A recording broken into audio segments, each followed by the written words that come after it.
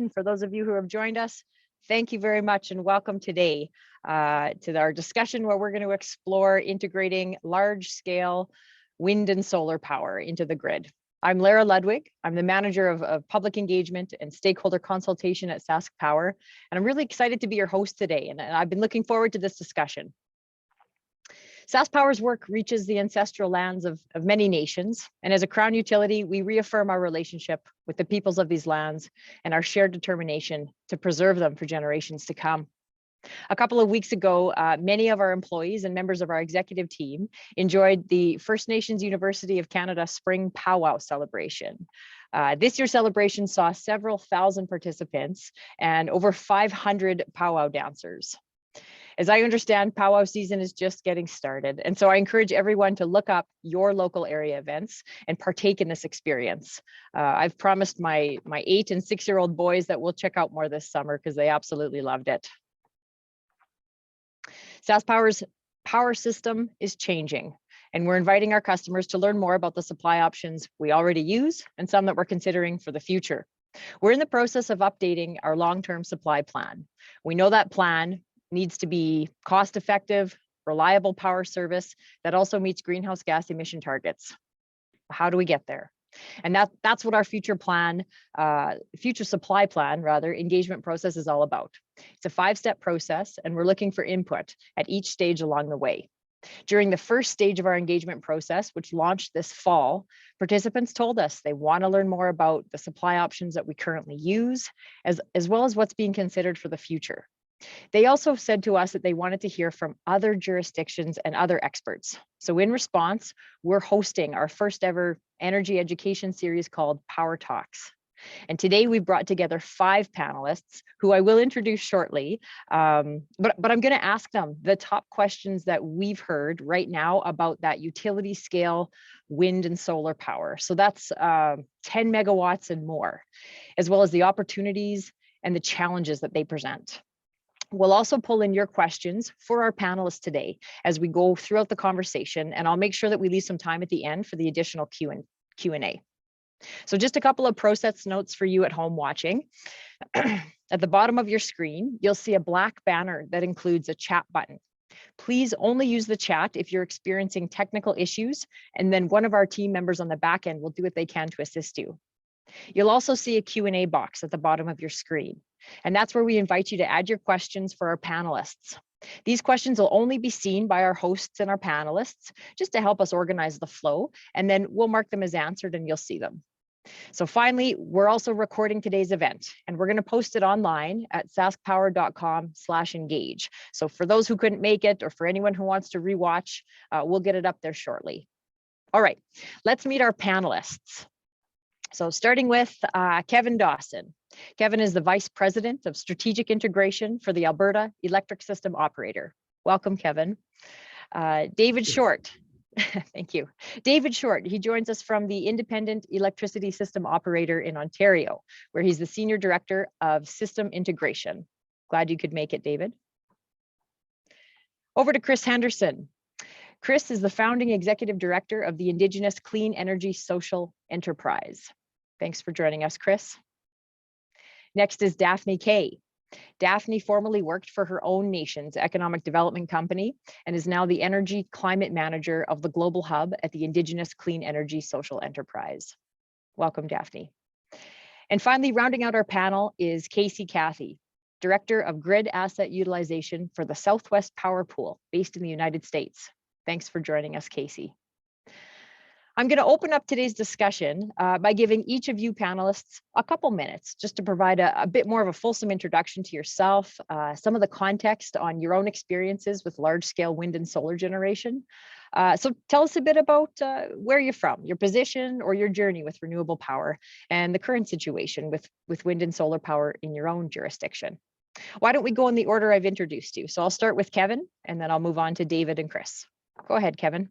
Thanks very much, Lara, and thank you everyone for joining us today. I'm really excited to be here to be able to share our learnings and experience with you. So I'm Kevin Dawson with the Alberta Electric System Operator, or the ISO.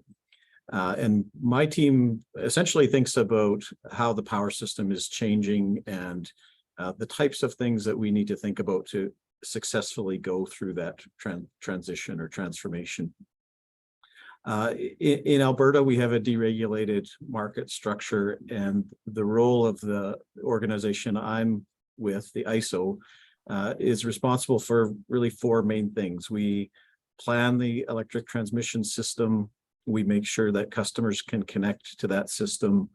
We operate that system 24 hours a day, 7 days a week to make sure that customers get reliable energy, and we operate the wholesale electricity market.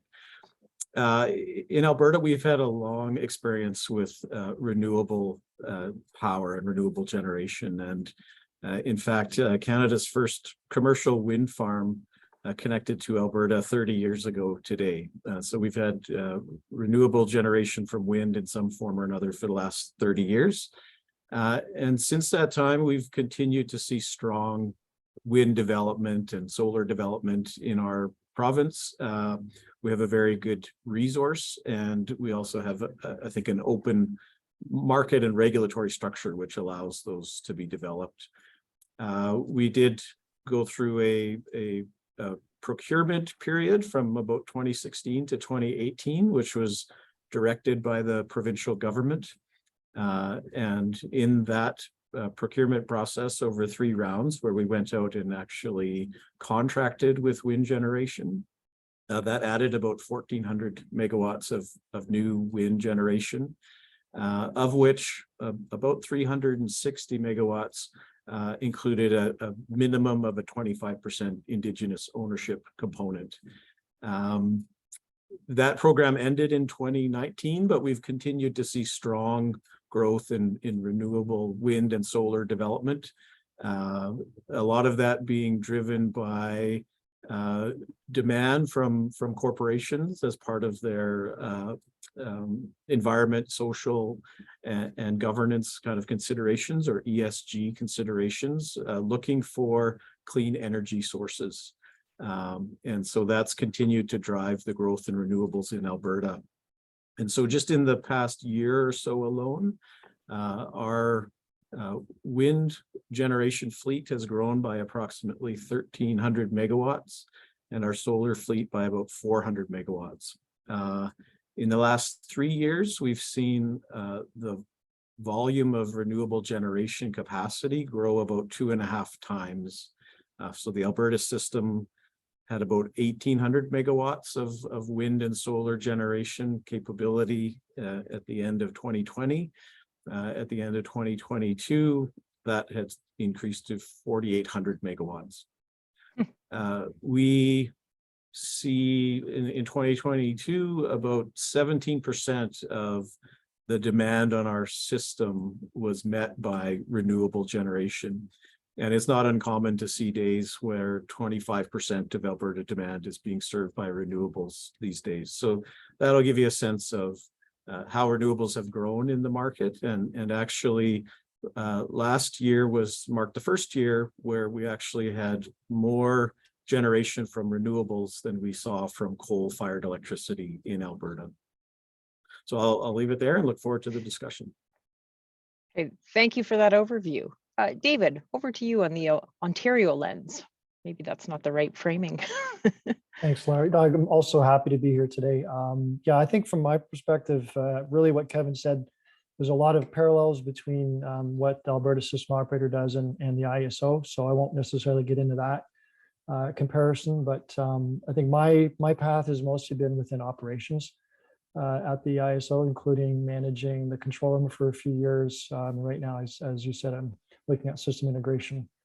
I think the path for renewables in Ontario started back in the early 2000s. There was, again, a government policy decision to retire the coal fleet in Ontario. Coal represented a substantial amount was about 7 to 10% of the fleet, kind of in the mid 2000s, and much higher earlier in the 1990s. And so there was a plan afoot to decommission that coal. And what we did was essentially replace it with a couple of mothballed nuclear facilities at the Bruce site. We also acquired an additional 6,000 or so, 8,000 megawatts of gas which was cleaner than coal. Of course, it's not GHG free, but certainly has a cleaner footprint compared to coal. As well as in 2009, we really saw a jump in solar and wind installations in Ontario through the introduction of the provincial government's Green Energy Act. And what that did was really initiate about 3 main programs to acquire wind and solar in the province. There was essentially a standard offer program or feed-in tariff, both at the distribution level and different sizes for rooftop versus ground-mounted solar, different size wind farms, and there was also some competitive procurements that were done. And so I did give you some comparison between 2009. I'll just focus on wind. In 2009, there's about 2 terawatt hours of wind production in Ontario, and last year it was just under 14 terawatt hours. So almost a 7 times increase in the amount of wind generation in the province. So certainly we've seen a lot. There's been a bit of a pause in wind production or new wind installation in the last few years. But we are restarting our look at acquiring new resources as we get ready for decarbonization coming up. At least the plan is for the next next decade or so to start looking at ways to decarbonize the system. How did we get and manage so much wind? We have about 5,000 megawatts of wind and just under 500 megawatts of solar. So how do we do that? We had basically 3 things that we wanted to do. Was just one is make sure we had good situational awareness for our control room operators, because you need to be able to see what's going on to be able to operate the system. Good forecasting is critical, because wind and solar varies a bit more than, say, a gas plant or a coal plant. And being able to actually dispatch that wind and solar. So in many jurisdictions, wind and solar is basically got the ability to just generate when they want. In Ontario, in order to manage that much wind, we required the wind and solar to be dispatched based on economic merit. And so that gave us a lot of flexibility when it came to operating the system with that much wind and solar. So certainly an interesting path forward. So I'll pause and let the next panelist go. All right, over to Chris. Welcome. Thanks, Laura. So Laura, would you like us to introduce yourself or answer the questions you're posing to us? You can take whatever you'd like. Sure. So Laura, for about 20 to 25 years, I've been acting as an advisor to First Nations, Métis, and Inuit communities across the country on their clean energy journey to really have their lands and waters that they have sovereignty over be developed in a fashion that they're comfortable with, that brings projects online. I've been privileged to take around 30 or 40 projects forward as an advisor to those communities. And what I would say in that journey is that I have learned a lot. I have learned that the assumptions I came into this business as an ally were not right. I have learned from elders. I have learned by walking the land with Indigenous people as they have worked with partners developing projects, wind, solar, hydro, and biomass that I've been involved with. And I do appreciate what you said at the outset about the powwows, because I think it's important for all of us, Indigenous and non-Indigenous people, to reach across, because reconciliation is based on relationship. And without relationship, you can't go into the future. When I looked at advising Indigenous people and equipping them, and in fact, I would almost say being with them, because this is a new way of being when we are working together to bring clean energy for the future that recognizes the Indigenous treaty rights. And that's the first essential ingredient. I don't think you can get benefits unless 4 things happen before that. There has to be an acceptance on the part of utilities, regulators, development partners, financial companies that these are Indigenous lands. And there are therefore sovereign rights, there are land rights, there are treaty rights. I'm glad to say that we're moving in the right direction. Are we all the way there? But no, but we're moving in the right direction, but more needs to go there.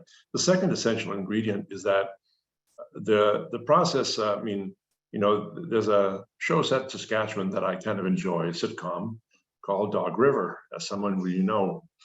And when they're in the fictitious town of Corner Gas, rather, they live in the town of Dog River, and the fictitious town next door, whenever they mentioned that other town, people would split on the floor. Well, I always say that people split on the floor when they hear the word consult or consultation or consultants.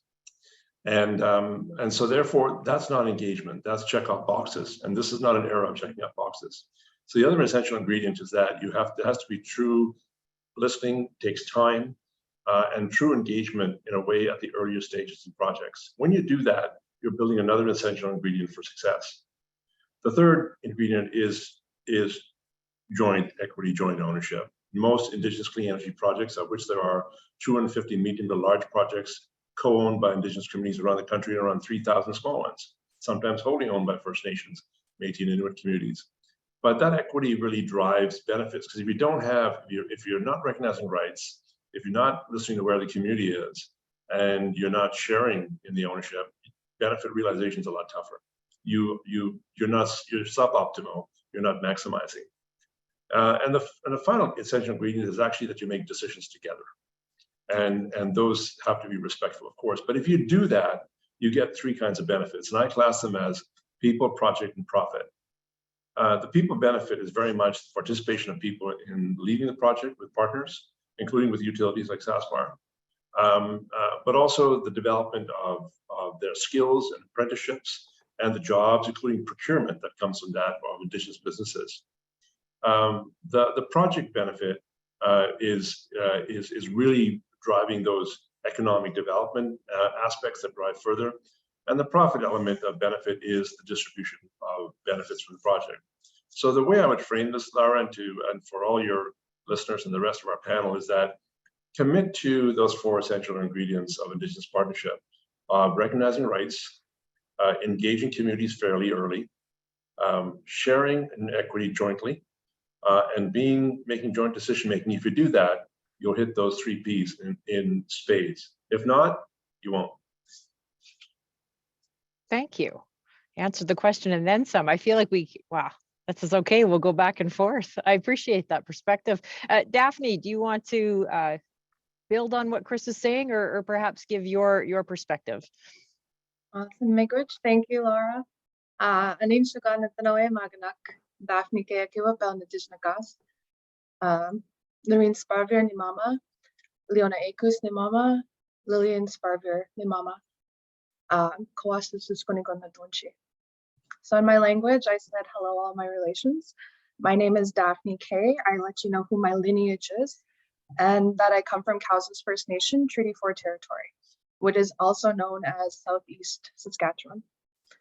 And I just want to applaud Chris and say thank you very much. You've been such a fantastic mentor for Cowsas First Nation and other nations across Turtle Island and globally as well. So I just wanted to acknowledge that and thank you for being there and being a fantastic advocate. And to Lara, I just want to say that it was really nice to hear the land acknowledgement in the beginning, as Chris was saying, and most importantly, a call to action afterwards. I know a lot of people, it's kind of a norm, I guess, nowadays to do land acknowledgements, but it wasn't so much a norm to have a call to action afterwards. And throughout our engagements and our time with SaskPower, that was one of our key suggestions for them, was that the land acknowledgement is nice, but I think we need to take it a step further. And I think that coincides with a lot of the conversations we're having. So it's really nice to see that SaskPower truly listened to that, and we're seeing it implemented even in today's Power Talk. So thank you for that. So a little bit about myself. I am from Cowsas First Nation, as stated. I do come from a lands background though. So I worked in our lands and resources department for several years, managing the land and understanding the landscape there. And then I moved on to our nation's Economic Development Corporation, where I got to really see the types of projects that we were going after, that were honoring our traditional beliefs and values. And I think the prosperity we've seen through those projects is phenomenal and completely replicable, which is fantastic. Afterwards, I was provided the opportunity to work in the global hub of the Indigenous Clean Energy Social Network, where we go abroad and advance our kinship ties with Indigenous nations around the world to also share stories and lessons learned. So that's a little bit about my background. And I just want to say that I'm extremely excited to be here today to talk about some of the projects I did in the past with Cowsas First Nation. And to give you a little bit of a journey through that, Cowsons First Nation, we really got our feet wet with we say we like to start small and then go big, right? So our very first project was a 1 megawatt wind, solar, and battery storage project. It was the first of its kind in Canada, and it really brought us a lot of lessons learned and data for sure, not only for us and for SAS Power, but for our partners as well to build off of that. Further down the line, I joined the team and we were able to build our community building solar project. It was a 321 kilowatt project where we went through the SAS Power net metering program, but we were able to put solar panels on our community buildings at home so that our nation members and our youth especially could get interested in STEM and really see the projects working for them. Furthering down the line, we got into the 10 megawatt Awassa solar project, which I'll talk a little bit more about later. But that was our truly big utility scale project that we recently completed last November. And it was fantastic lessons learned and partnership opportunities that we are just so grateful for. And then moving on to the future, we are actually looking towards a 200 megawatt wind farm, which we hope to have start construction in the fall here. So to move from 1 turbine in 2013 to 40 approximate turbines this coming year has been quite the journey for Cowsons First Nation. And I just love to share more about it as we continue on with the panel. Oh, we're excited to hear more. Thank you for taking a thorough overview. Just rounding out our panel, maybe I'll kick it over to Casey.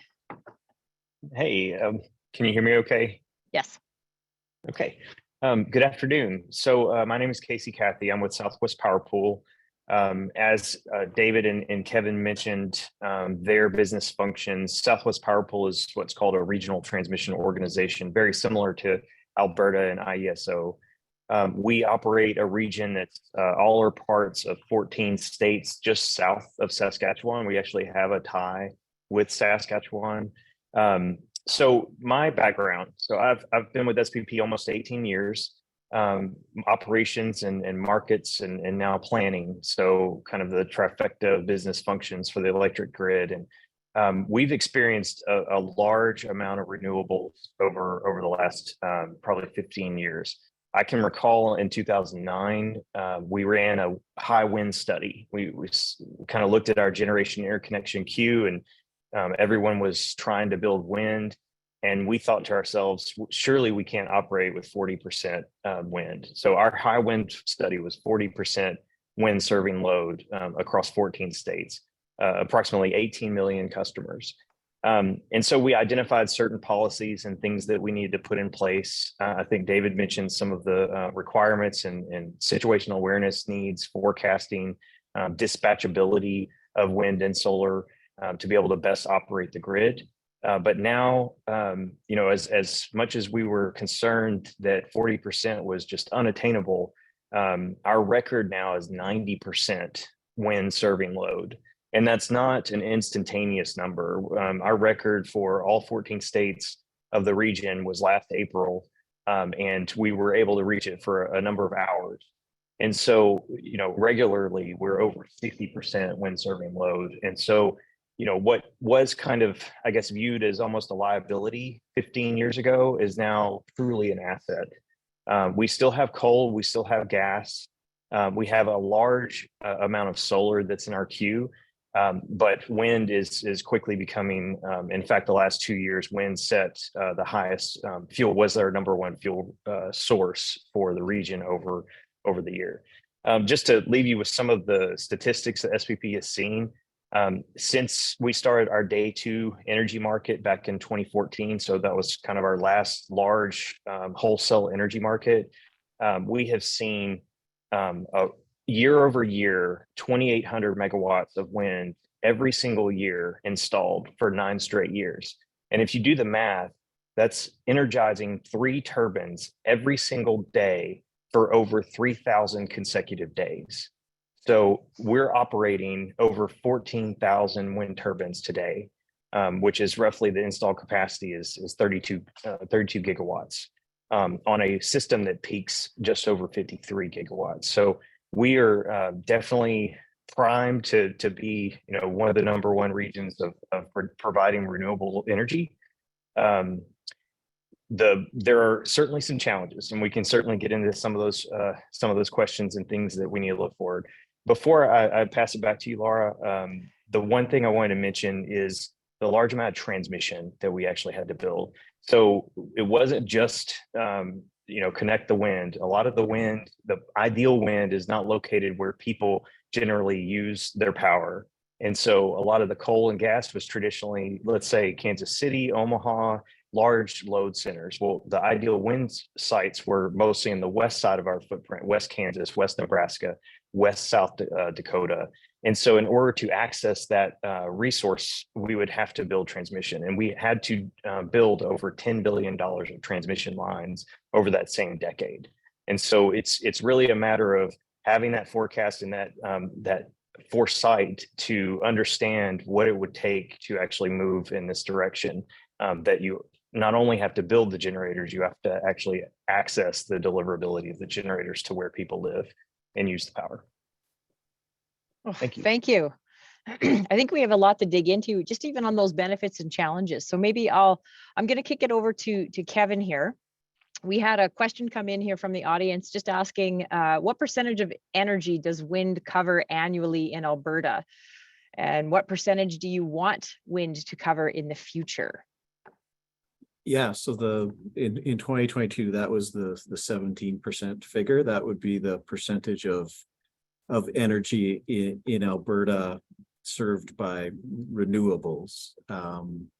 So that's wind, solar, and hydro. Now, in terms of looking forward, we don't have a target percentage. Our market structure is deregulated, and so we're really open to all different types of technologies coming in. And so we don't have a plan that says, we want to have X% of wind generation, for example. There is some provincial legislation and targets in Alberta that were put in a few years ago that target having 30% of generation in Alberta coming from renewables by 2030. We're on track to actually exceed that target. But when we look forward, clearly we see a trend towards decarbonization and a need to decarbonize the system, and renewables will play a big role in that. But they're not going to be the only source of that. And so we're also tracking the evolution of additional low carbon generation technologies that will be part of the mix as well, and trying to create the conditions where all of that can operate effectively together in our market and ensure reliability and affordability. We had a question come in for David. David, does your power entity classify nuclear as a renewable energy? If so, how does it factor in your design of the grid of the future in conjunction with wind and solar?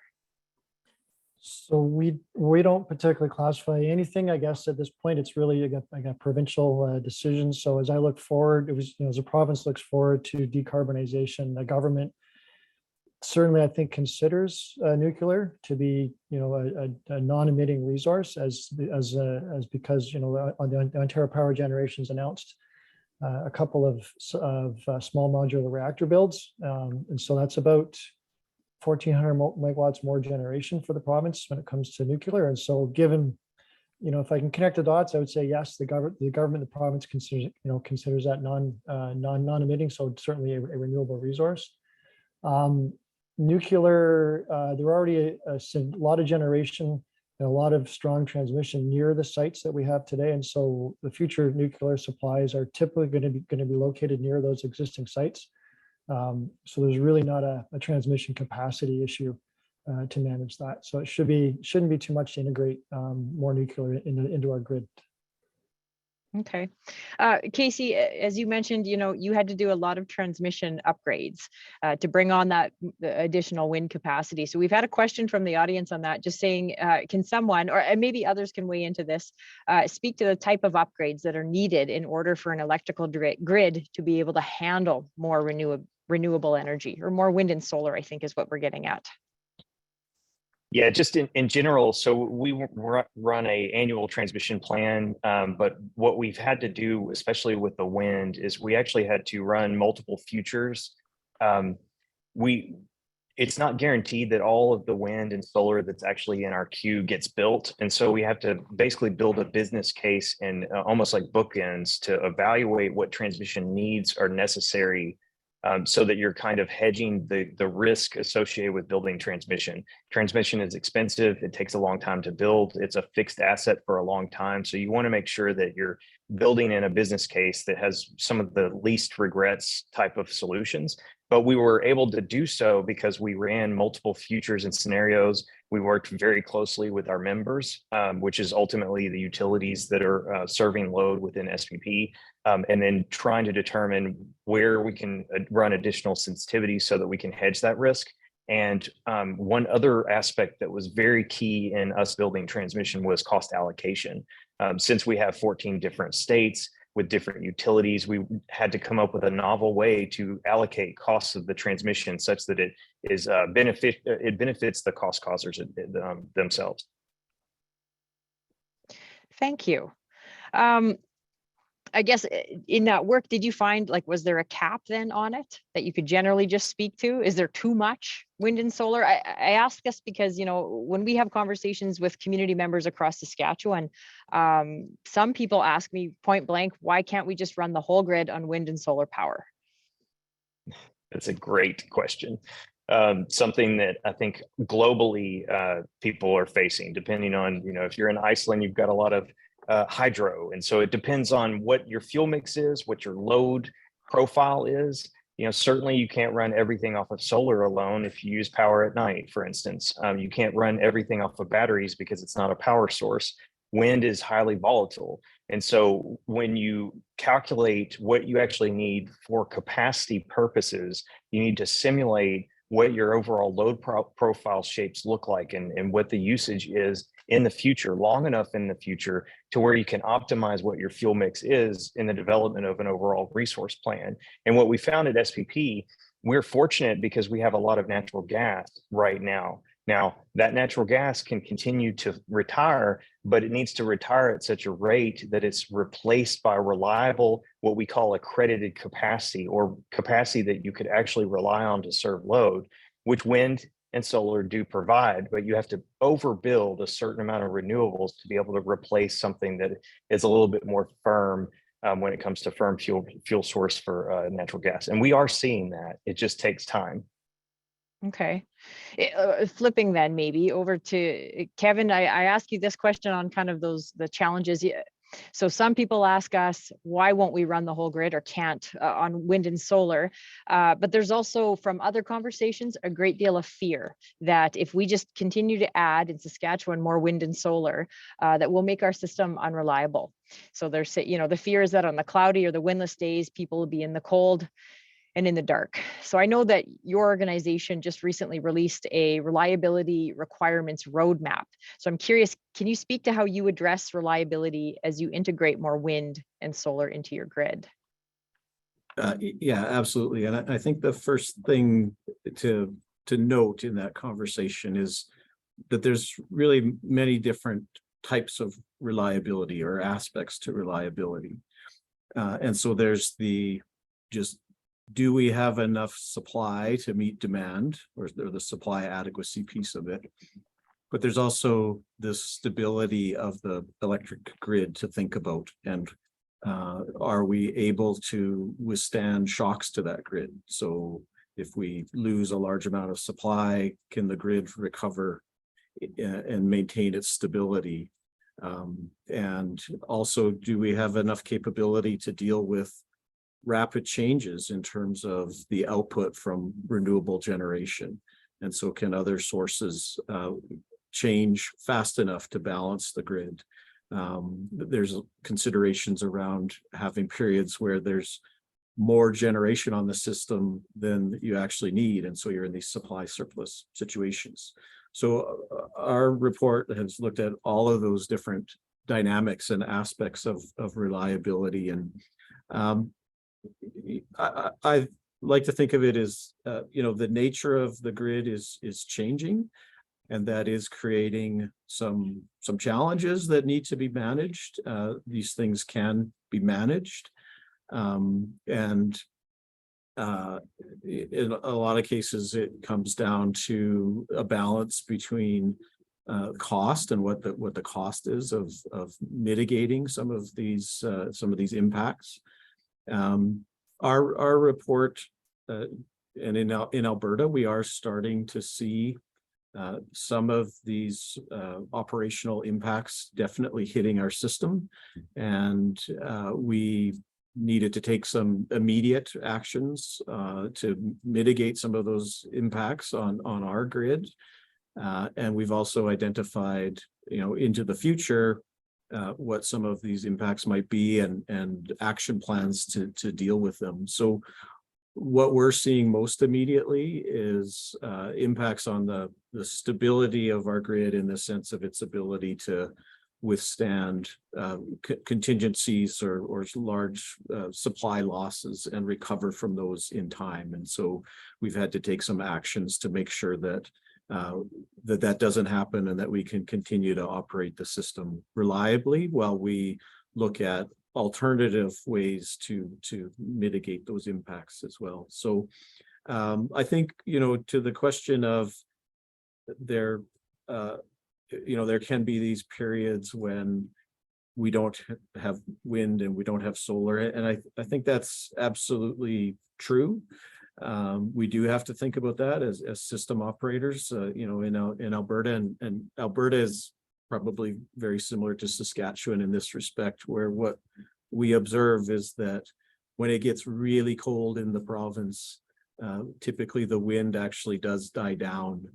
And, this is typically sort of December, January time period. It gets dark early, so we don't have solar. We don't necessarily have wind in these conditions when we're stressed. And what that points to is, you do need alternative sort of sources, or some diversity in your supply mix that might come from increased amounts of energy storage. It comes from other sources of generation. So, that is something that, again, needs to be managed as you look at a future with increasing amounts of these types of supply sources. Okay. Chris, you'd like to add in? Let me talk about transmission and the grid from the standpoint of Indigenous and other communities. We do a national survey every 2-3 years on Indigenous clean energy participation. In 2018, there were only 2 transmission projects. In 2022, there were 18, and we'll publish soon our most recent national survey, and we'll see over 30 transmission projects, many large-scale projects that Indigenous communities are partners in. So just to note that people think of Indigenous communities partnering on renewables, which is true, but they also partner on transmissions.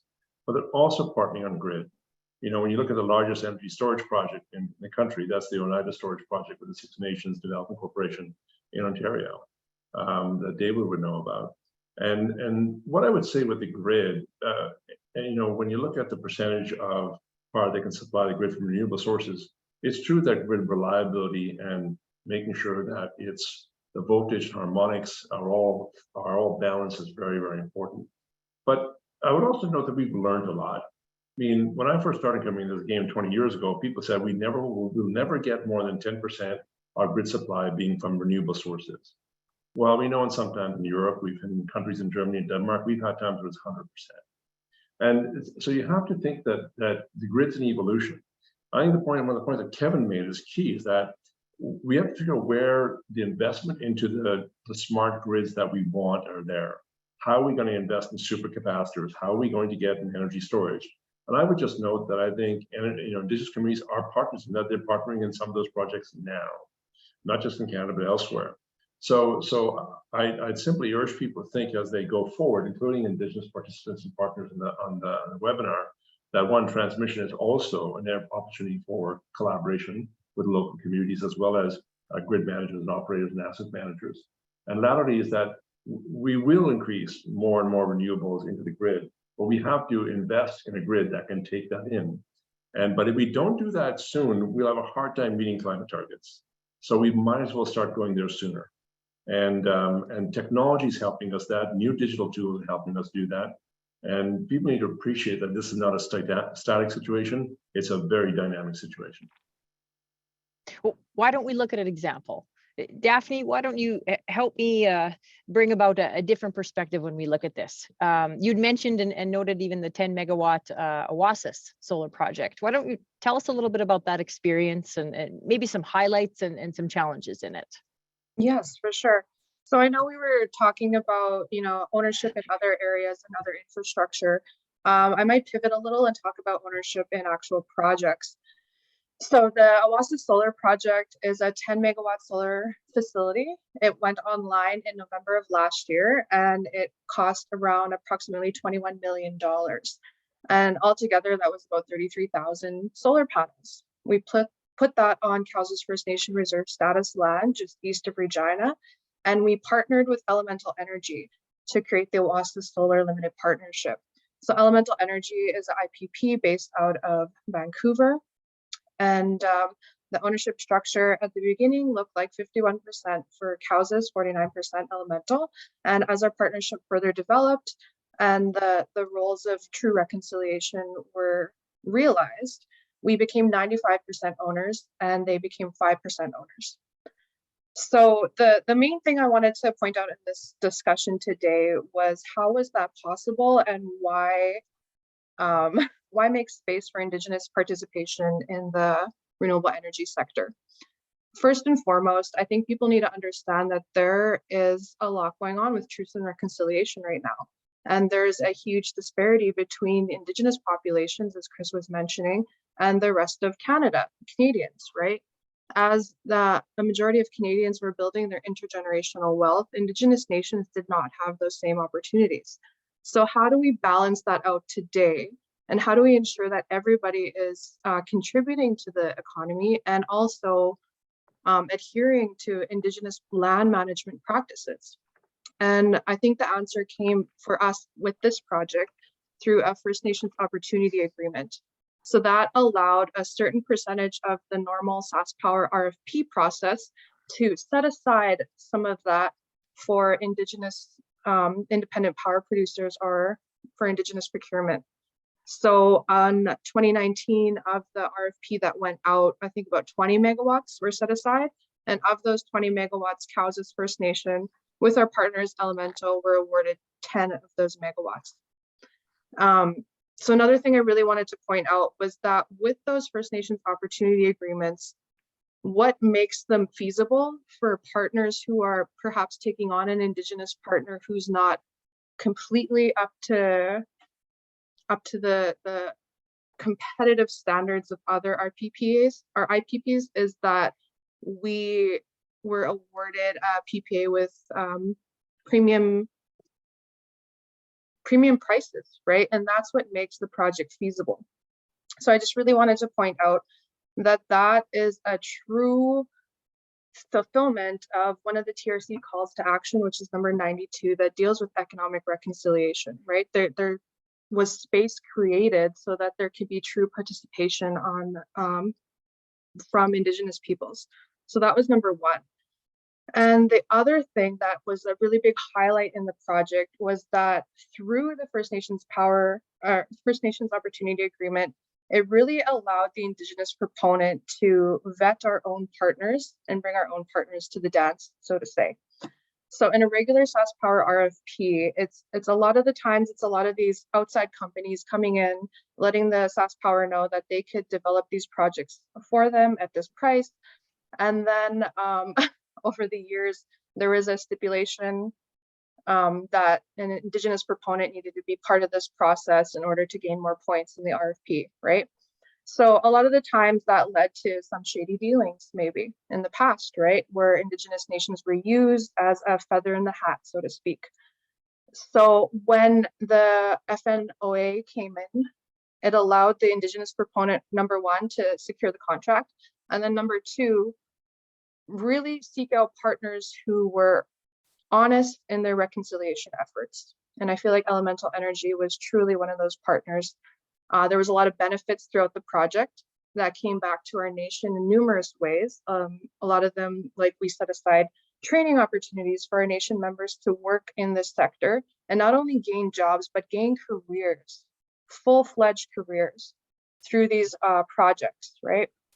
And there was so many socioeconomic benefits that came out of this project and allowed us to generate revenue for future projects that not only helps our nation goals, but helps SAS Power's goals, of reaching their greenhouse gas reduction emission targets and Canada's greenhouse gas reduction emission targets, So there's win-wins all around. And I feel like once we truly ensure that all citizens of these lands, despite which nation we all belong to, once we can all truly benefit from collective projects like these, then that's when we can start moving forward and really showing our true power, right? So I have a couple of questions for you from the For sure. audience, actually, on that note. Okay. One is to Chris and to Daphne, and so it's just I guess you've talked about a positive experience, maybe with some adapted requirements or RFP kind of process and things. Are you seeing any barriers right now in Saskatchewan that we need to keep an eye to looking forward to the future? It's a pointy question, maybe, and I don't. You can look at it even holistically, but just advice on things that maybe we should keep an eye to, or maybe Chris, have you seen barriers in other jurisdictions across Canada? That's something that Saskatchewan can learn from as we continue to look to this space. Yeah, I can comment about other jurisdictions in terms of what we're learning. What I would say is that there's a natural concern in any electricity system about rates and affordability, and that's a fair concern, an absolutely fair concern. But what I do find is that there's been too much focus on 5-year horizons, on systems planning to look at what the fleet is, what the cost is, and what that means for rates over a 5-year horizon term. And partly that's because people are very concerned, including in politics, about what rates mean and how people interpret that. But that's not a logical thing to do when you're dealing with any kind of infrastructure. Do we actually plan for 5 years when we buy a house? No. We don't even plan for 5 years. Sometimes we're buying a truck that we want to last 10 years or 12 years. And so I think what we have to start looking at, and this is where we see the obstacle, I think in Saskatchewan and elsewhere, is that when we look at the way we will alter our generation, the way we will invest in the modernization of the grid, we have to put longer planning horizons on this, which also have longer term views on how rate structures will come into play. These are capital investments that will last generations. Why are we looking at what it means in the next 5 years? And that's been the conventional approach that's happened with integrated supply management plans and fleet management plans, but that's illogical in terms of how you plan with infrastructure. And that's an obstacle to making decisions that get us to the right cleaner energy infrastructure. And also, and I very much applaud what Daphne said, is that I do think that the participation of Indigenous communities and other local communities in projects is a win. It actually makes projects better, it makes projects cheaper, and it makes the grid more resilient and better. So I think that's the biggest obstacle that I'm seeing, is I'm still seeing not enough medium to long-term planning in terms of infrastructure and the evolution of the electricity grid as we decarbonize. And that's an obstacle to doing the right thing today. You raise a good point on that planning view. I'm just curious, I'm sitting with 3 other planners. How far out do you plan? Gentlemen, anybody who wants to go first? Well, we're completing our 20-year assessment that we perform every 5 years, and on an annual basis we plan out 10 years. So we're constantly looking to the future. This last 20-year assessment looks at 4 separate futures, 2 of which are a very deep decarbonization look, so that we can kind of see, what does the grid look like? What does the grid look like if we go full renewable and what transmission facilities do we perform? And that takes a lot of input, a lot of effort to identify and work with our members across the entire region to develop really a resource plan that is reasonable, so that we can run those studies and perform transmission facilities. Now, SPP does not build out of that 20-year assessment, but we use it to inform transmission build out of the 10-year assessment. And then that's why there's a staggering. And so we're constantly looking at that and constantly updating it so that we can make adjustments to the transmission plan. Anything to build on or an alternative view, David or Kevin? I think we're somewhat similar in terms of we look out 20 years, and every so often we do an update, but it's like every year we produce a new forecast, goes out 10 years, and then every few years it's a 20-year outlook. So it's very certainly our perspective is always long-term. We look at the life of an asset. If a new turbine goes in, generator, like a nuclear plant, we know that the life is a little bit longer. Hydroelectric, we plan for the full life of the facility.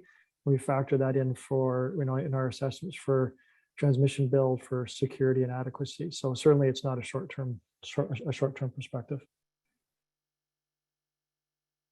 So I do have to challenge David on this, having been on the board of ISO in the past. I can't disclose what I know. Making forecasts is one thing. Making investments and making rate structures is another. I think they have to come together more. And so not all those decisions are, for example, what IESO can do. Some of those are beyond IESO's decisions. But that's where I'm finding some of the disconnects, is that yes, planning is one thing, but the infrastructure investments that are green lighted or the norms that are out like that, along with the rate structures, is where I think the modernization needs to occur, so we can actually plan for a long-term grid transmission and greater renewables and this and more decarbonization. It sounds like that constant challenge, push-pull between planning and always wanting making decisions early so people can get behind it and start moving. But then I'm thinking about even interactions with our planning shop. They always want to guard in that flexibility. And so it can look differently in different ways. But point taken, as well as on the point of affordability, that continues to be probably the number one consideration that our customers tell us are important to us. Recognizing then also that we only have, there's that one kind of financial valve to pull from, and it's the power rate. Daphne, you'd like to chip in? Yes, for sure. So I just wanted to mention that in a lot of Indigenous nations, we share a lot of similarities. And one thing that we always think about is the future. And you'll hear this a lot. A lot of people think about 7 generations ahead, because 7 generations ago, they were thinking about us. So I know that in a business sense, that's not maybe as practical, but as an Indigenous worldview, that's our only way of seeing things, is that we need to look at future generations. We need to preserve our lands and think about climate change. And yes, maybe some people feel that a base load of fossil fuels is needed to continue our way of life, but there's so many studies and research showing that there's a different way. It's possible. And with Indigenous participation, you'll begin to better understand those worldviews that will help sustain us all. So one other big barrier that I just wanted to mention was that SaskPower is a monopoly, and a lot of the times they don't, there's no real entertainment of unsolicited RFPs. And I feel like if there was a little bit more collaboration and acceptance of new ideas, new technology, I feel like we can move towards a better future. So for Cowes First Nation, we have a long history of our past leaders thinking about our future generations. I know 7 generations ago, they were thinking about me. So it's now my responsibility to think about those yet to grace this earth. So I would just like to put that forward as a call to action. Oh, thank you for that. I'm just looking into questions from the audience here, and I have, on that monopoly view, a question came in from the audience saying, we've got panelists here from deregulated markets. So how do economic and reliability incentives differ for a vertically integrated utility like SaskPower? Well, maybe we won't talk about the SaskPower. Maybe you talk about your side in terms of those economic reliability incentives. How do they work in your space when you're balancing the intermittent or dispatchable and non-dispatchable? Why don't we go over to David? Oh, and then Casey, sorry, I just saw you unmuted. From a Too many just screens. Sorry, is the question related to how we actually manage the system, minute to minute, hour to hour? Do we have preference over one facility over another? Is that what we're? How do you incentivize different behaviors that in a deregulated market versus SAS Power is a monopoly?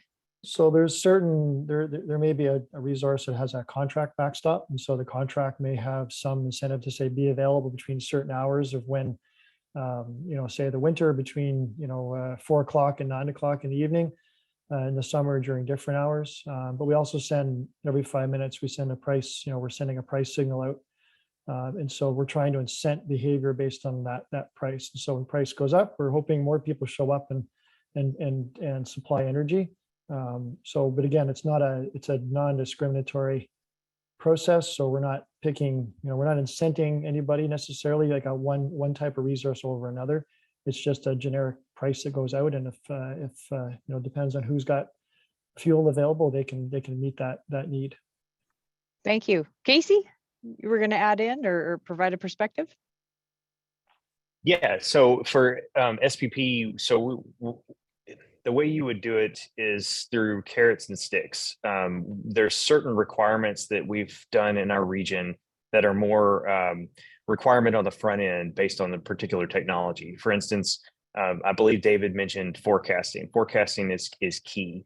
And you want to develop those requirements on the front end. If you need to require, let's say, a meteorological tower every 10 turbines, and you need to make sure that when you're building these wind plants, it's easier to fold in certain requirements such as dispatchability or primary frequency response, anything that is necessary to run the reliability of the grid. You want to fold those requirements in on the front end when you're actually building the particular plant. But then there's incentives, and everyone loves incentives. And so the way that you would form that is through different market products. We run a wholesale energy market. We have ramp product, which is very key to be able to bounce against when wind drops, trying to forecast when those wind drops. And right now, as I mentioned, we use gas to be able to pick up and really they can ramp pretty quickly. As those retire, hopefully storage and other technologies can kind of take over that role while wind continues to build up and solar continues to build up. But that's just another way to be able to incentivize behavior, because you're kind of pricing those along with and co-optimized with energy, which is usually your primary product, making sure that you're formulating the prices and paying and compensating those resources that are bringing the attributes appropriately such that they want to be there and they want to actually provide that service. Oh, thank you. Kevin, maybe just a slightly different question now for you. Looking at, we get our customers offer ideas up on our engagement site. Sometimes they point to different jurisdictions. Your jurisdiction was pointed to in one instance where it was looking at an example from, it was in 2017 in the summer. It was a really hot day. And actually it tripped off a bunch of coal power, I believe. And so it was saying, hey, look, this was maybe identified as an opportunity where solar power and added to the reliability of the grid that day. And so you've been through this reliability roadmaps requirements. You've had a little bit more time and experience watching wind and solar come on. And I'm just curious, like, how has your thinking changed or the planning around baseload generation as a concept? Yeah, it's a good question. And again, like in the Alberta context, our approach is a little bit different in the sense that we don't plan for supply or go out and try to enable a particular targeted supply mix through contracts or things like that. We are trying to make sure that we've got the right market signals so that different technologies can come and compete in that market, and to the extent that they can add the most value at the lowest cost, then those will be what gets added to the grid. So I think in terms of that particular example, I think there's some examples where you can point to that say, wind and solar generation was there when other generation types weren't. And then there's other examples you can point to that say they weren't there when these other generation types were. And so I think in general in the conversation, we need to move to a little bit of a more sophisticated view of how the system operates and what benefits different types of resources can bring, and it's not sort of all or nothing kind of view. I don't think, and so as I mentioned before, in our reliability requirements roadmap, we're looking to identify some of the challenges that we need to work through as we get more and more renewables on the grid, and I would really echo Casey's comments about how we think of it in terms of there's different ways that you can incent these things that you need, and some of it is around standards and rules, and some of it is around creating incentives through market products or going out and procuring the things that you need. And then some of it might be through additions of specific types of infrastructure onto the grid. So I think we should be thinking in terms of both a diversity of different supply mixes on our systems and a diversity of ways in which we can address some of the challenges that are caused. And that's where, really understanding what's the issue I'm trying to deal with and what are the specific options around that issue, and then comparing those is important to get into those details. We have one more question here from the audience, and then I'll maybe pivot over to kind of the closeout space before we do it again. Casey, just really quick, does the US have the same target as net zero by 2035 as Canada? Someone was asking. Yes, there's a plan, an infrastructure plan. I think it's 2040. So it's a little bit further out, but it aligns with our decarbonization future as well. Okay. The requirements associated with the United States and the individual is mostly left at the individual states and the overall members themselves. Okay, so this may not be quite for you, this question, but I just wanted to check. So to others, maybe we'll circle back here to Kevin and then move to David. It was just looking at, what are those major barriers, hurdles that need to be overcome in your jurisdiction to meet that clean energy target of 2035. So they were just curious, kind of, what does the generation mix look like in each province? So we've got a couple provinces, and then we'll close off that part. Maybe I'll jump in and Sure. start there. I think from an Alberta perspective, one of the things that we start with, and when you look at our entire economy and the carbon emissions across it, and even the electricity sector, we do stand out in terms of the carbon intensity of our traditional generation sources. Like, we're very heavily based. We were on coal. We've transferred off of coal actually quite rapidly, but there's still considerable natural gas-based generation in the province. And you contrast that with British Columbia or Quebec or other, even Ontario, where there's either a lot of hydro generation or additional low carbon generation from nuclear sources. We're just starting from a standpoint or a starting point of much higher carbon intensity in our generation sources to begin with. So I think that the pace of change is definitely a challenge of that kind of rapid adjustment to the power system and fairly quick changeover in terms of the supply sources, the generation sources, and their characteristics. So I think we're facing that probably, I think, is a similar situation in Saskatchewan, but maybe not faced in some of the other provinces. When we think about overall national net zero targets around electricity, net zero by 2035. I think then there's also some just uncertainty in terms of how successful some of the emerging technologies might be and what role they might play. We talked about SMRs from the nuclear side. Obviously, Alberta is looking very heavily into carbon capture and storage. There's the potential for hydrogen generation. So there's other sources in addition to the renewables, and the renewables will be a key part of this transition and this supply mix. But there are other things that are emerging as well. And so just, you know, there's a bit of uncertainty around those technologies, what their end costs will be, what their end kind of performance will look like.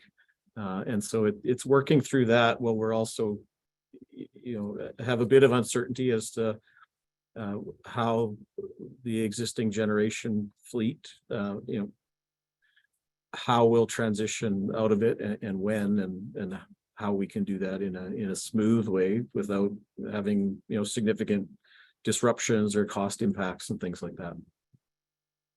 David, how's the landscape look in Ontario then?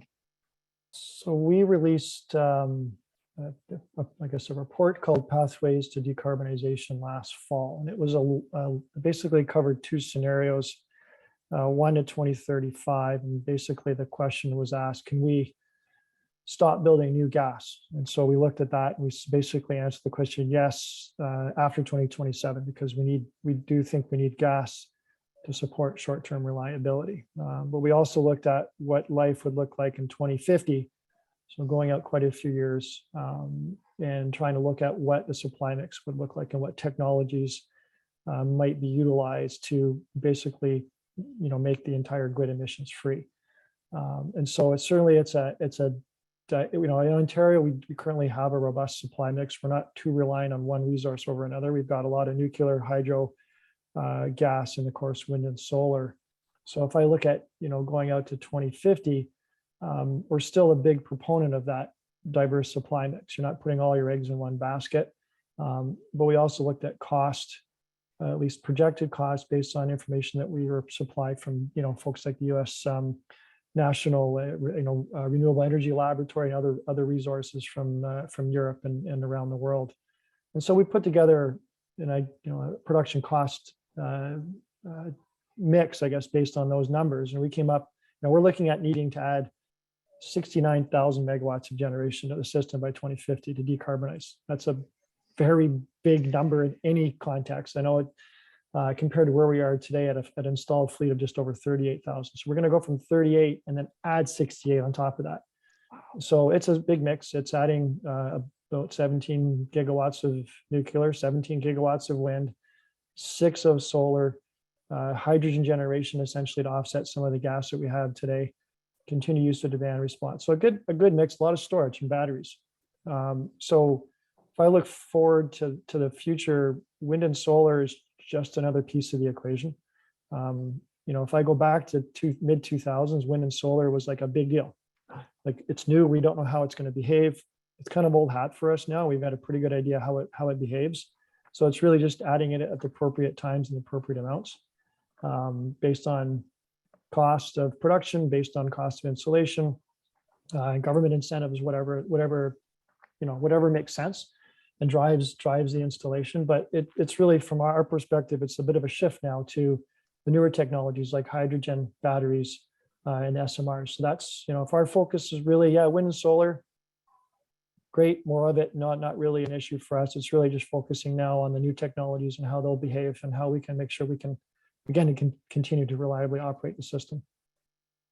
Okay, I'm going to pause taking any questions just at this time. We'll do it maybe right near the end, but maybe let's talk a little bit about looking into that future, right? So Casey, you live in the planning space, as I understand. And so I'm just curious, like, how do you bring all those learnings, those things that have surprised you in the past and this new information coming at you today, like, how do you put all of those pieces together when you're planning for the future today? And then to the next members, we'll start looking into those forward-looking questions. I'll tee you up next. Sorry. Okay.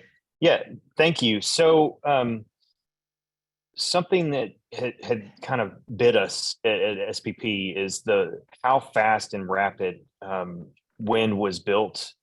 And before we knew it, we had 6,500 megawatts connected to the system, and none of those wind farms were dispatchable. And so one of the primary encouragements that I have for Saskatchewan and those interested parties is having the foresight and understanding of what is, and really learn from others, learn from other regions, even globally, and look to what has worked to be able to do that and try to put those requirements in place on the front end. Because it took us 8 years to unwind that non-dispatchable component of all of those wind turbines. So from a planning perspective, that's probably my primary encouragement, is that not just look at the numbers, not just look at what it will take to get to 100% carbon free, but also look at all of the various tools, all the processes and policies necessary to make that happen. So where we're at today from a planning perspective, as I mentioned, the numbers, we have a large amount of wind, but we also have a large queue ahead of us. So our peak is 53, just over 53 gigawatts. And we have over 118 gigawatts of renewables in our queue. So ready to build. They're looking to interconnect to the system. In my opinion, and all of that is wind, solar. We have about 3,700 megawatts of gas. So a very small percentage of conventional ready to be built. But 22 gigawatts of batteries and 48 gigawatts of solar. The rest is wind. All of that should be built, and it can be built. But even with all of that, if we aggressively or accelerate our what we call rampable capacity, which is now coal and gas, too fast, there are times, based on the studies that we've seen, where we have to shed load. We basically have to black out the system because we don't have enough batteries with state of charge. We don't have enough wind because the wind's down and it's at night and there's no sun. Solar's not that great during the winter. We have times where, some of our wind turbines have a capacity factor over 50%. So we have some really good wind farms, but there are times across all 14 states of the Great Plains where our capacity factors across all 32 gigawatts of wind is less than 1%. So less than 1% is being generated on that install. So from a planning perspective, what we're doing is running various scenarios to come up with an optimal fuel mix so that we can continue to retire gas, so that we can continue to retire coal. But what we're really struggling with, and I noticed in some of the Q&A, just the questions around why would you build a gas plant knowing that it seems like it's going the wrong direction. Well, what SPP is kind of looking at is that very question, is what other technologies are out there that can be able to provide fuel assurance during those times where the wind's down and the sun's not out. And so from a planning perspective, that's what we're looking at, is trying to come up with a variety of scenarios. Another aspect that we're looking at pretty closely is demand response. And so, the load side of the equation is very important. We're talking about electrification. We're talking about EV. Everyone's using more and more electricity, and that's really the state of the grid. That's really the state of the industry. However, there's also, with that comes a variety of ways that you can actually dispatch demand and be able to best complement wind and solar. And so with all of that, I think that's the primary recommendation, is look forward and not just look at the transmission or just look at the generation needs, but also all the various attributes that you might need to stand up. One thing that I kind of joke with some of my cohorts is I never thought I would be a weatherman. That's one thing that once I'm an electrical engineer by trade. So but you really have to understand weather patterns to be able to operate the grid reliably with a lot of wind and solar. And so hiring meteorologists and trying to understand the forecasts of where things are going and being able to prepare and for certain uncertainties and see when there might be a lack of wind 3 days from now, and trying to plan for what that looks like is optimal. Oops. Your screen seems to be fading out. That's your exit. That was your mic drop. Andy's out. Daphne, let's maybe move it over to you. Thank you. Thank you for that. If we're having this conversation in 5 or 10 years from now, will it be different? What will it be like? Mm-hmm. So I also seen in the chat that there was someone talking about artificial intelligence, and also that, our projections change so frequently, and what we might need for the future. And I think I just want to take it back a step and back to our traditional teachings. When I first spoke today and I said, I called you all my relations. And that's not just a word for our Indigenous or our human kin. That also means that, to translate it best, it means that we're all connected, right? My my brother or my animal kin, you know, the water spirit, the air spirit, we're all connected in a way where if something happens to one, it happens to the other. And in today's globalized, colonized world, right, there's so many colonial borders, so many just different jurisdictions, so many different independent power producers and grid regulators, right? So it kind of gets confusing on who belongs to what and what belongs to where, and we forget that we are all interconnected. And I just really want to say that when our past leaders, you know, 40 years ago, when they realized that there was some historical injustices done, and they wanted to plan for the future, what they ended up doing was they secured land rights to different areas of land that they knew could be developed for future use. They didn't have any idea that renewables would be the future back then, right? There was a lot of nations who were investing in oil wells and coal mines. And, you know, at the time, our leaders just knew that we needed to secure some land base, not only to protect those lands, but to secure it for the future generations. And it wasn't until the next generations came along that we had the answers, that we had the technology, that we said, yes, renewables are our future and our way forward. So it's that generational building off of one another. It's that remembering that we're interconnected, and it's leaving space for future technology to assist us in our goals, right? So I just wanted to bring it back to those traditional teachings. Oh, thank you. I don't know who wants to follow that, but I was good. That was fantastic. You know, what else should we be thinking about as we look to the future? David, Chris, there we go. Comment, Lara, because I think I want to first of all say that what Kevin and David and Casey have said is the planning that they're doing, especially with the, in my view, with the planning agencies like IESO and AESO, I think is really, really crucial. And I do commend the questions that people in the webinar have asked have been very prescient, very probing. So you've really got some really engaged people on this side. But to take one thing that Casey said, I really think we have not just do demand side management, but the investments in energy efficiency and the structuring that we're doing there on the demand side, both for residential and for transport, believe it or not, and definitely for industry, we are not paying enough attention to that, because that actually is that's a better, cheaper way for us to achieve what we need to do. And in fact, I mean, we seem to be putting more of a focus on generation and grid management and not enough balancing of that with the energy efficiency equation. So we can get more there. I also don't think that we actually have adequately talked about what storage can do for us, especially with hydrogen and ammonia. And, you know, I was in Cape Breton, Nova Scotia for the last 2 days with one of our training programs. And, you know, there are 5 green lighted projects that are coming on with hydrogen and ammonia in that province. And so therefore you might say, well, you know, it's a bit more expensive by about 30% now than mainstream generation.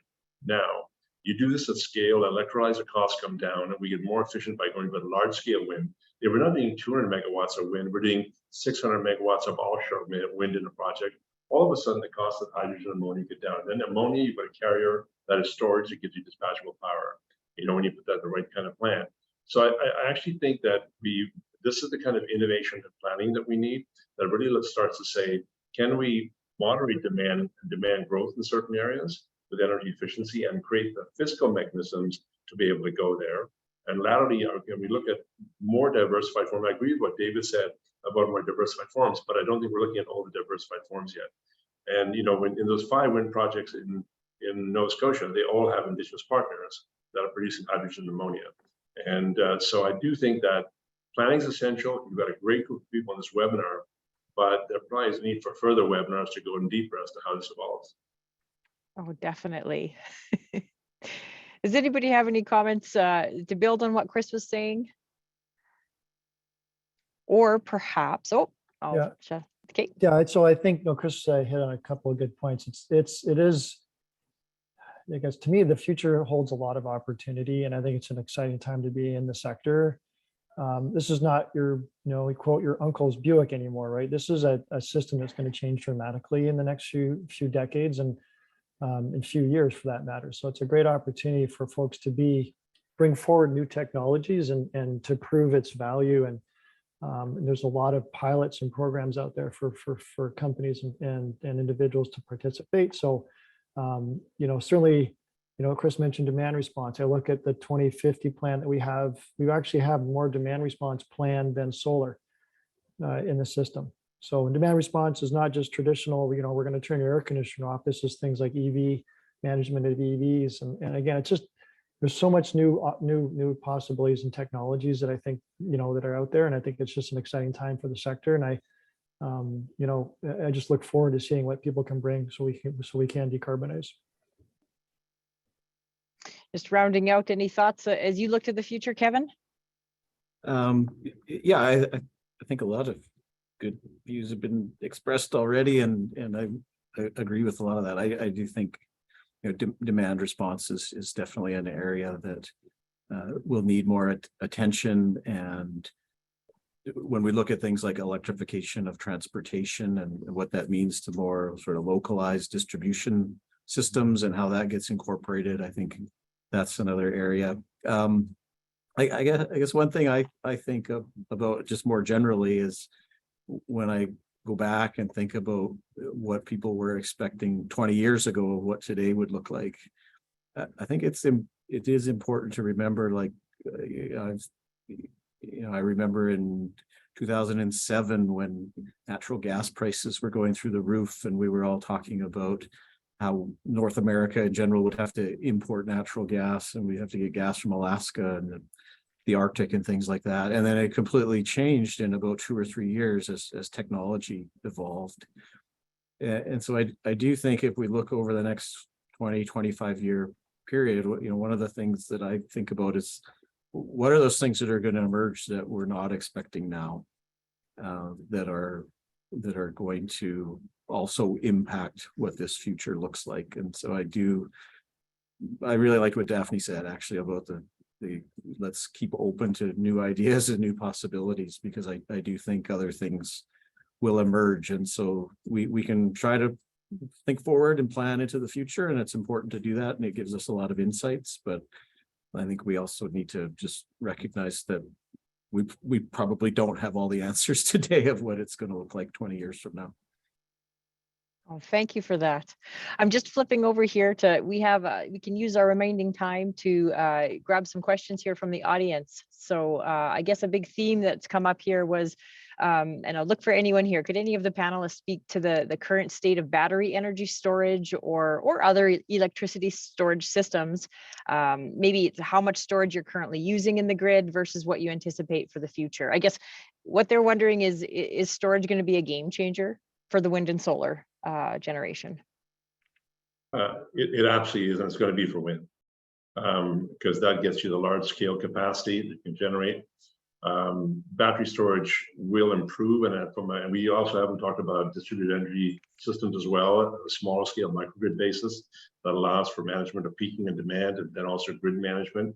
We will see opportunities there, but hydrogen and the wind combination is the one that gives you big scale capacity and storage capacity. And so we've seen this rapid reduction in wind costs, but you got to go big.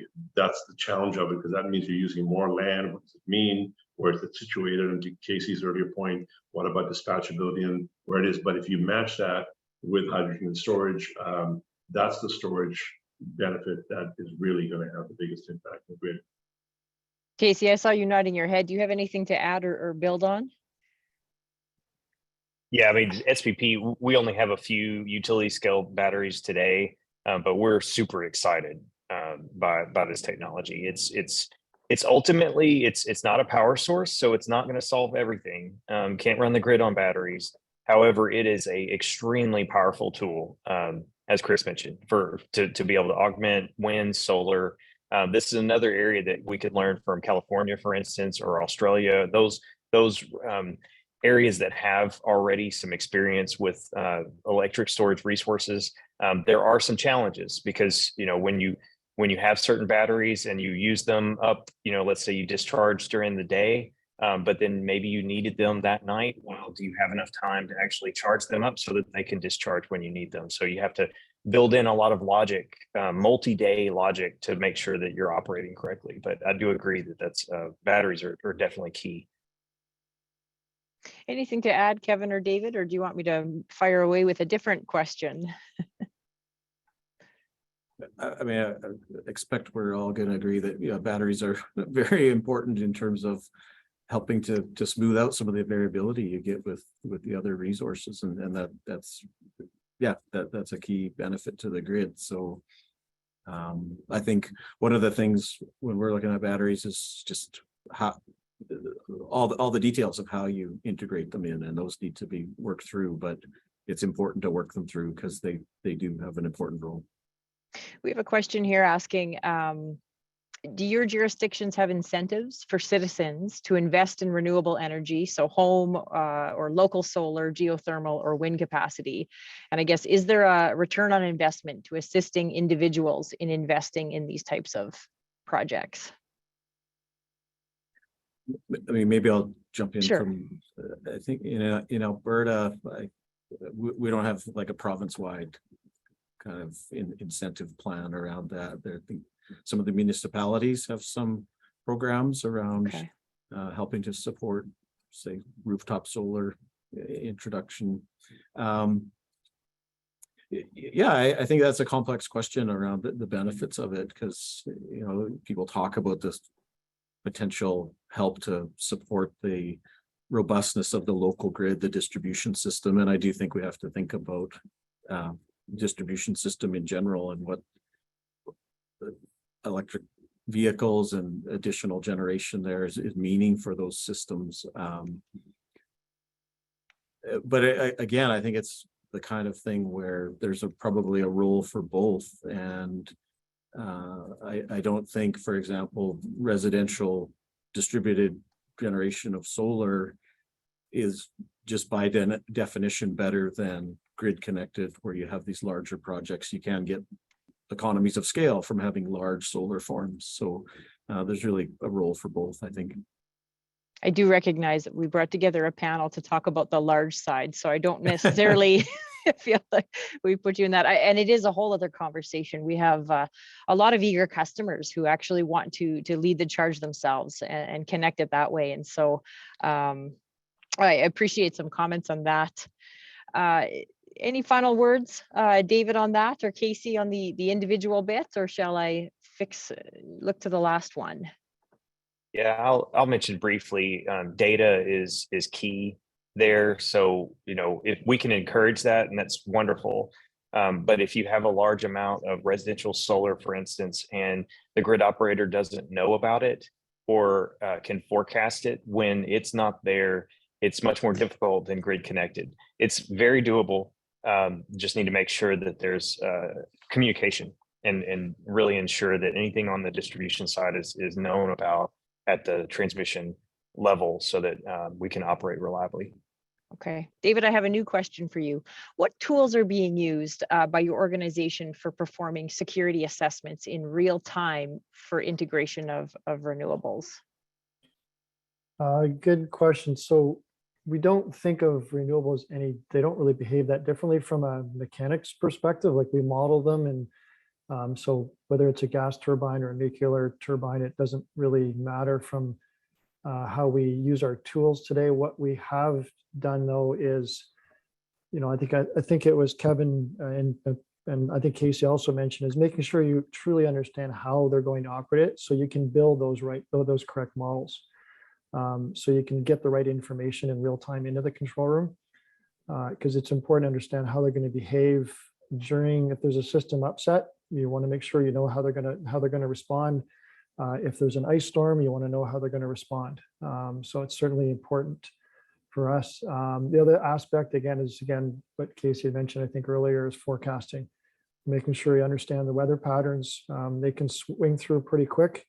We can go from 3,000 megawatt swings in generation, and so you need to make sure you're ready for that, and you can see it coming. And over the years that we've had the wind, we've gotten a lot better at it. And I know our first, those first few windstorms are a little bit scary, but after you've got some confidence in those new tools, they become kind of just another day in the control room.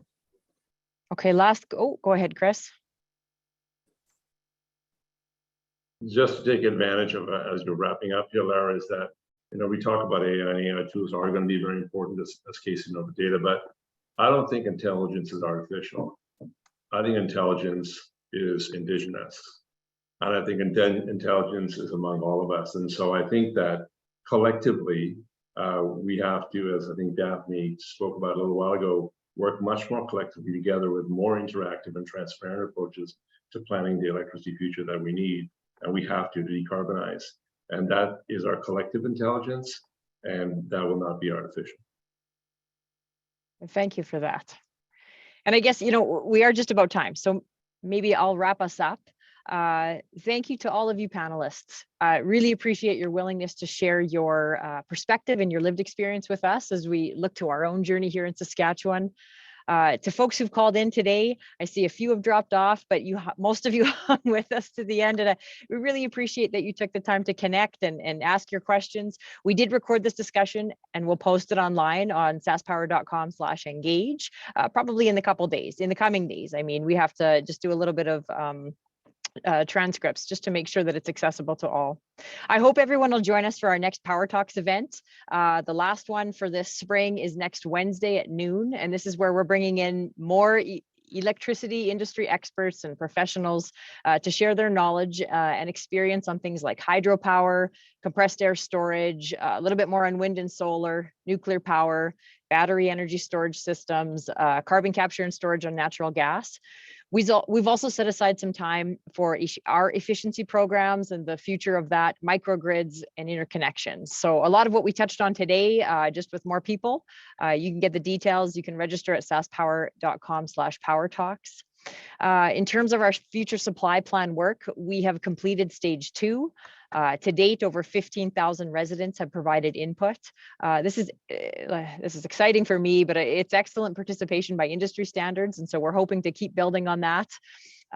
We continue to hear priorities like affordability, the environment and social considerations like jobs and the economy are really important, and other perspectives that were shared today by some of our panelists. So please go to saskpower.com/engage to ask a question, to share your ideas, and sign up for our newsletter to stay informed. Thank you and have a great rest of your day.